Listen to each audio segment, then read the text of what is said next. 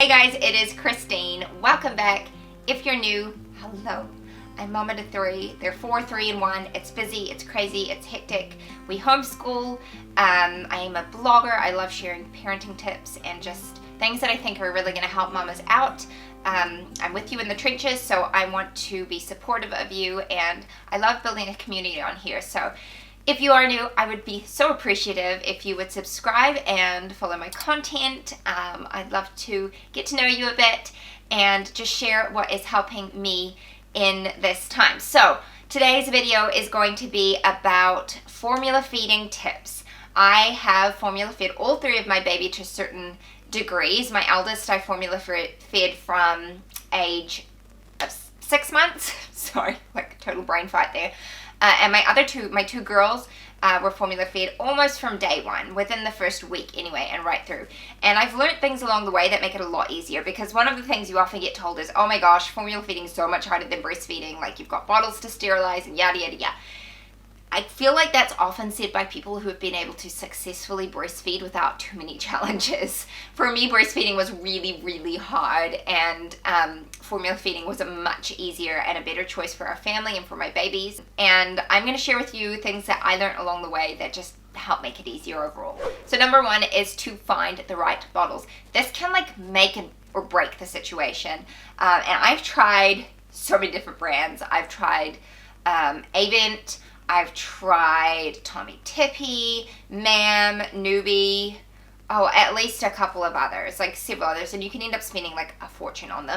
And the ones that worked the best for us were the Mam anti-colic bottles. I have actually done a review on these like a million years ago, which I can link here, hopefully, if I remember, and you can check them out. But they're ones that worked really, really well for my refluxy babies, and I think just work well for babies overall because they help to reduce the amount of air that your baby's going to ingest when they're drinking their bottle, so it'll help reduce gas and upset tummies and things like that. So finding the right bottle is key. I would suggest maybe borrowing from friends, just buying one in the brands that you think might work.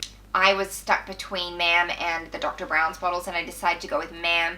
But yeah, just seeing if there's samples maybe, or a discount for just getting one. Some companies might do that, but try and find the right bottle. It makes a big difference. The second thing that is super important is having enough bottles. Once you've found the bottle that you love, stock up on them. I use the dishwasher for bottles with my second 2 babies. For my first, I had to hand wash them. I didn't have a dishwasher. Our dishwasher has got like a hygiene setting, so it made it super fast. But if you're like constantly having to wash bottles just to keep up with like one day, then it can be really stressful, especially if you're going to go out. So I highly recommend investing in at least 8 to 10 bottles, maybe even more, just so that you've got a constant supply. And as your baby gets older, they'll have fewer feeds, and so you won't need as many bottles. But certainly in those early days when they're like feeding every 2 hours sometimes, you need to have lots of bottles on hand.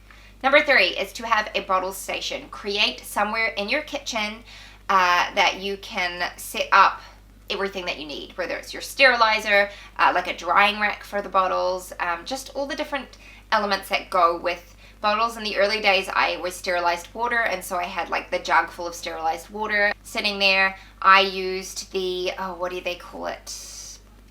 Boone, I think it is. Drying system. I love that. It was pretty.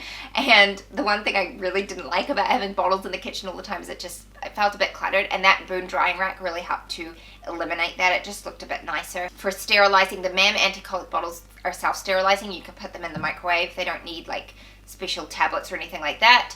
But if you have a sterilizing machine and all that, just have one place where it's all kept so that you're not like fumbling around and looking for things. It just really helps to streamline the whole process. Number 4 is to get into a routine, and by this I mean a routine of cleaning. So I would like make sure that all the bottles were in the dishwasher the night before, and then I would stick them in the sterilizer the next morning, and so it was just like this constant cycle, so I knew that there were always clean bottles available. So get into a routine as soon as you can. If you have help in the house, your spouse, maybe somebody else who lives in the house with you, try and enlist their help so that you know that it's always happening and that you're not going to be like stressed out about having to quickly like clean and sterilize a bottle for your baby. It will make a big difference. And my final tip is to give formula at room temperature. This is a game changer, guys. There is no nutritional benefit to babies being given milk warmed up. It's just that is what happens when they're breastfed, because naturally it's warm in your body, and so they have warmed milk. Especially if you're feeding from like day one with formula, they don't know any different. So I mean, I wouldn't give them like cooled formula. That would be kind of sad, giving them like icy formula. But room temperature is definitely the way to go, and it just makes it so much simpler because it cuts down on time. You're not having to like heat up a bottle in the middle of the night. And also, if you're going out places, you don't have to look for somewhere to heat bottles and things like that. So that really, really helped with my children, and they certainly never seemed to mind. Some babies might, especially if they've been used to being breastfed or having their milk warmed, then it might be more of an issue. But you could try and slowly like reduce the temperature over time and see if they can get used to it. But with my babies, they never seemed to struggle, which was a big blessing. So those are my 5 tips to help make formula feeding easier. And before you know it, the year or however long you choose to feed with bottle will be over. It doesn't really last that long, and I just handed all of my bottles over to my sister-in-law who is expecting their first baby. I had a lot more than I thought I did, and yeah, so she's not going to have to buy any bottles, thankfully. I hope you found this helpful. Please subscribe. I would love to have you, and I look forward to seeing you in my next video. Bye-bye.